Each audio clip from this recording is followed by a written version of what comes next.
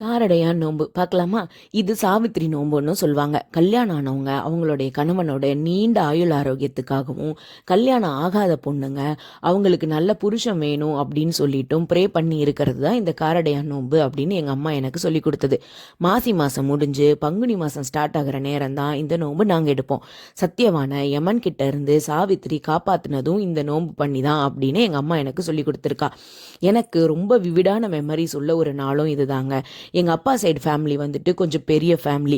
பெரியம்மா, சித்தி, அக்காக்கள், மன்னிக்கள் அப்படின்னு சொல்லிட்டு ஒரு 10 பேர் இருக்கோம். என்னோட இப்போவும் விவிடாக இருக்கிற மெமரிஸ் எல்லாமே என்னோட ஸ்கூல் டேஸ் மெமரிஸ் தாங்க. இதுக்கு எப்படியும் ஒரு 20 வருஷமாச்சும் பழக்கம் இருக்கும்னா பார்த்துக்கோங்களேன். நான் தான் என்னோட ஃபேமிலிலேயே கடைசி கேர்ள் கிட்.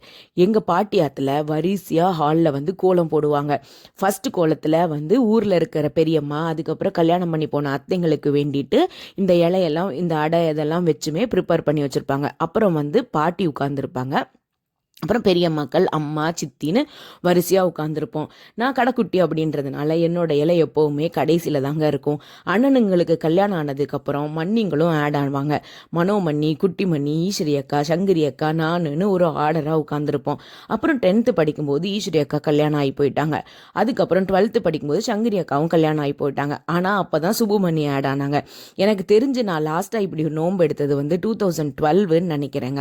அதுக்கப்புறம் பாட்டி தவறினதுக்கப்புறம் எல்லாருமே அவங்கவுங்க வீட்டில் வச்சு நோன்பு கும்பிட ஆரம்பிச்சிட்டோம். நானும் காலேஜ் முடிச்சுட்டேன்னா திருவேண்டரத்துக்கு மூவ் ஆயிட்டேன். ஃப்ராக் போட்ட வயசுல இருந்து புடவை உடுத்தி வர பாட்டி வீட்டில் இந்த நோன்பு நான் வந்து எடுத்திருக்கேங்க. அதுதான் என்னோட ஸ்வீட்டஸ்ட் மெமரிஸ்னால் பார்த்துக்கோங்களேன். இப்போ கல்யாணம் ஆனதுக்கப்புறம் என்னோட ஹஸ்பண்ட் சைடில் இந்த நோன்பு எடுக்கிற வழக்கம் இல்லைனாலும் என்னோட பிறந்த வீட்டில் செஞ்சதுனாலேயே நான் இதையும் இங்கே ஃபாலோ பண்ணிட்டு இருக்கேங்க.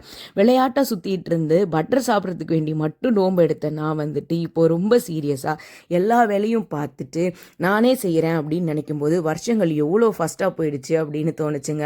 என்ன தெரியுமா சொல்லி கும்பிடணும்னு சொல்லுவா? உருகாத வெண்ணையும் ஓரடையும் நான் உனக்கு நோற்றேன், என் கணவன் என்னை விட்டு பிரியாது இருக்க வேண்டும் அப்படின்னு சொல்லிட்டு.